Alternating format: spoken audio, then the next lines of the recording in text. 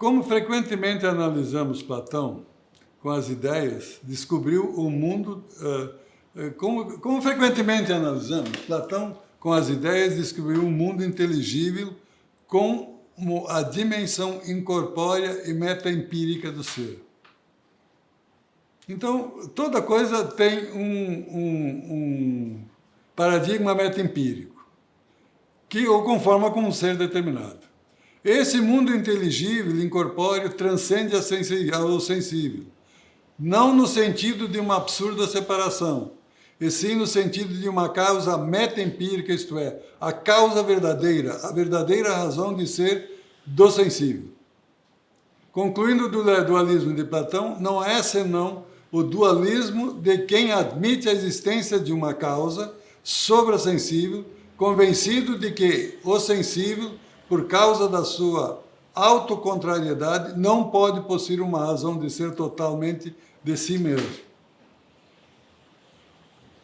Essa é uma questão um pouco complicada, mas o que se quer dizer é de que a gente não tem como olhar, por exemplo, uma forma que se repete universalmente e dizer que esta forma não está num plano superior àquelas unidades onde ela está composta. Esse dualismo, que na realidade não é uma separação, mas é uma espécie de espelho para o futuro, que essa forma representa. Ou também posso fazer o contrário, essa forma, uma vez consolidada, ela vai implicar na coisa que está contido nela.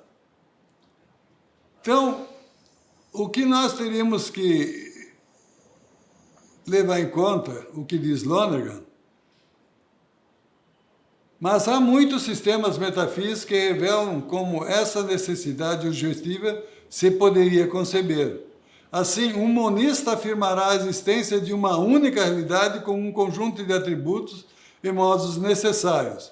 Não, é isto, logo tem que ser aquilo. E de forma assaz clara, a sua cadeia de silogismos poderá aplicar-se validamente a um universo concebido desse modo. Deus criou o mundo, todos são criaturas de Deus.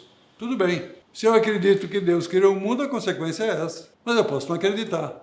Eu posso achar que quem criou o homem foi o nous, a energia do universo. Só que se eu adotar essa primeira premissa, eu vou expandir toda a minha conclusão lógica para o mundo inteiro. Por que a igreja, a corrente cristã, não gostava e condenava e perseguia as obras de Aristóteles? Porque Aristóteles dizia que existia um motor único no mundo que impulsionava o universo através de uma enormidade de motores, e cada motor era um sistema.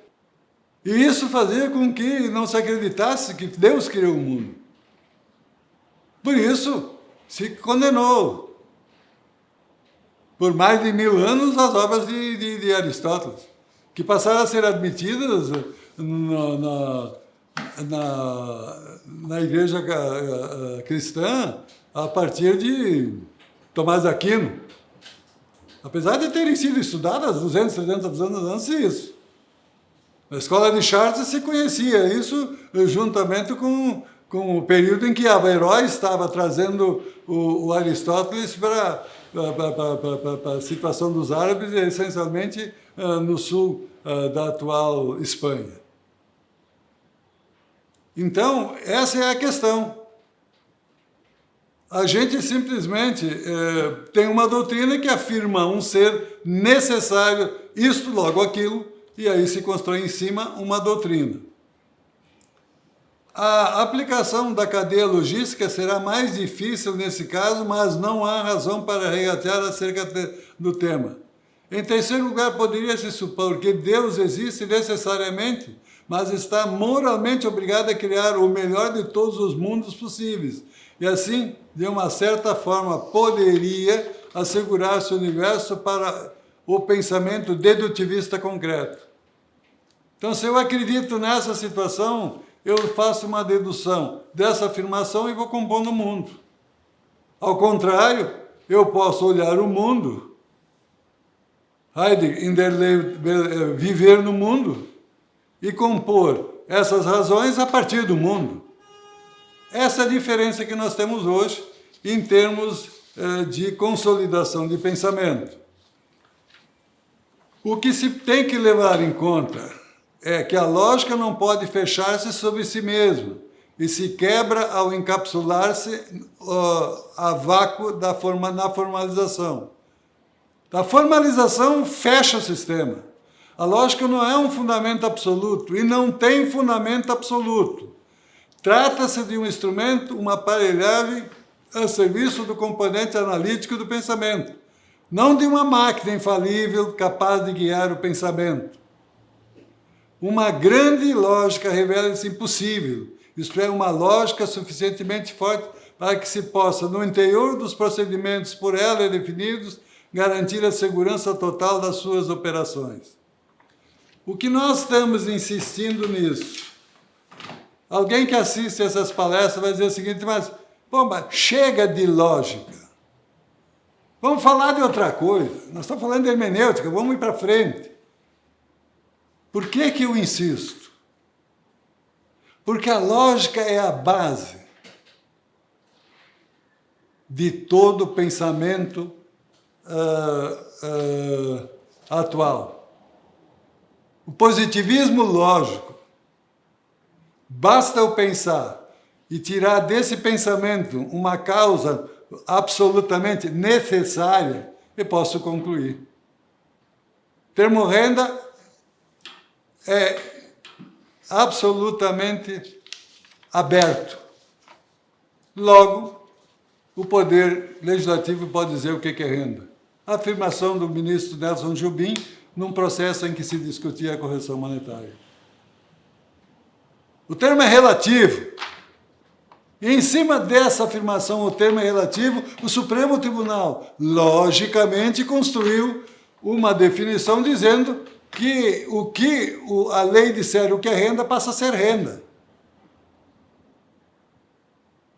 Tem outra situação. O prejuízo fiscal, ele deve ser totalmente deduzido do lucro de um período com relação ao período posterior. Quer dizer, o período de hoje tem que deduzir o lucro que eu obtive no ano passado, ou no período passado, para estruturar a minha empresa para que ela possa gerar lucros no futuro?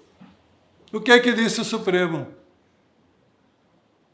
Na palavra do ministro, a compensação do prejuízo fiscal no imposto de renda é um mero incentivo àqueles empresários relapsos que operam em prejuízo. Foi dito literalmente isso. Quando se sabe que uma organização empresarial, ela muitas vezes nos seus investimentos, ela precisa olhar para o futuro, então ela simplesmente sacrifica parte dos seus lucros, incorre em prejuízo para gerar lucros futuros. E simplesmente se diz que isso é um incentivo fiscal que a lei pode dar ou não pode dar. E em cima desta afirmação, que é absolutamente irracional, se constrói uma determinação que a lei pode dizer que se eu tenho um prejuízo fiscal hoje, ele pode ser deduzido por 5, 6 vezes dos períodos futuros.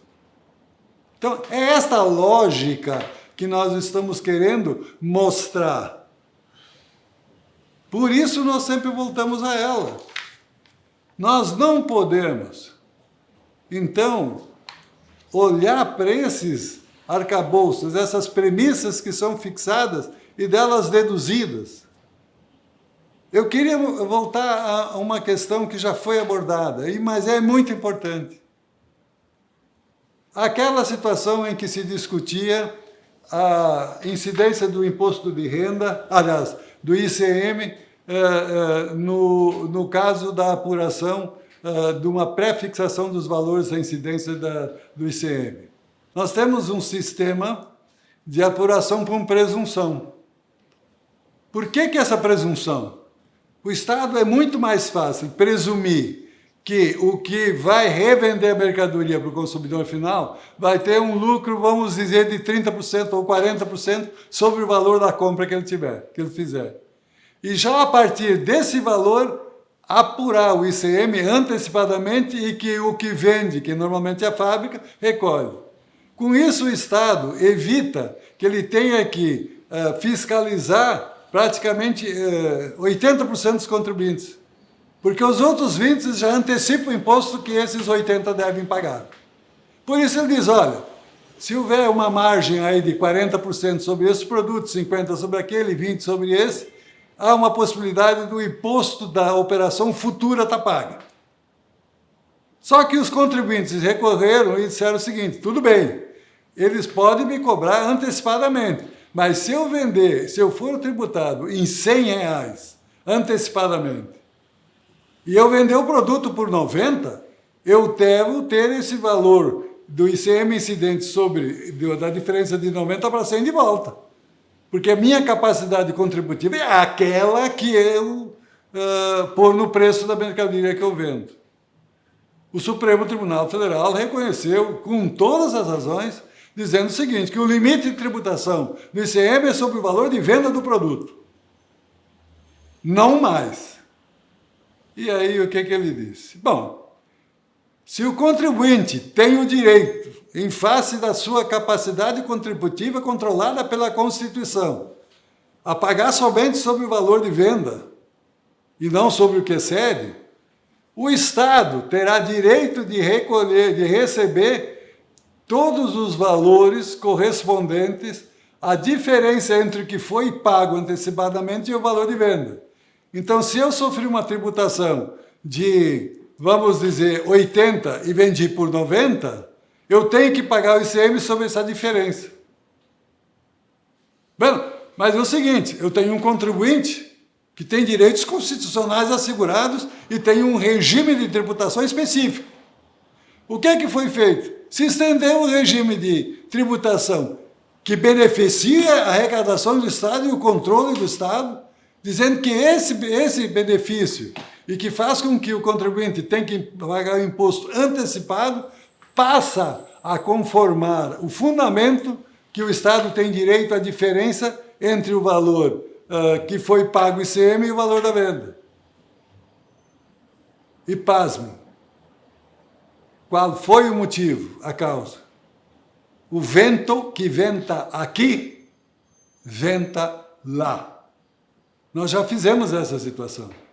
Mas esse paradigma lógico, dizendo que se o contribuinte tem direito unicamente em pagar o imposto sobre o valor de venda, que está assegurado na Constituição, o Estado, na contrapartida, teria o mesmo direito do contribuinte de receber o todo sobre o valor que foi vendido a mais. Mas por que isso?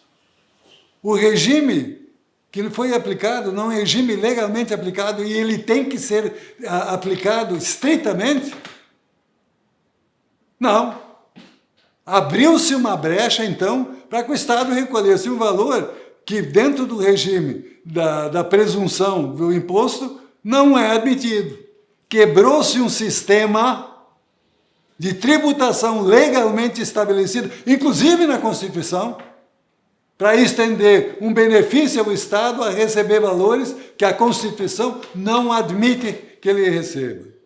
Então, esta é a situação. Este é o malefício da lógica. Eu só preciso inventar um paradigma, um silogismo. E, neste caso, o Supremo Tribunal Federal adotou o silogismo de algo mais instável no universo, que é o vento. O vento que venta cá, venta lá. Por isso que o direito constitucional de um implica um benefício em razão do outro, que estão postos em contrariedade. Por isso é que nós temos que olhar essas conclusões lógicas para ver se os paradigmas se combinam e para ver se nós temos causas eficientes que podem ser fundamentais para se estabelecer esta racionalidade. Se não tiver racionalidade, sabemos a racionalização.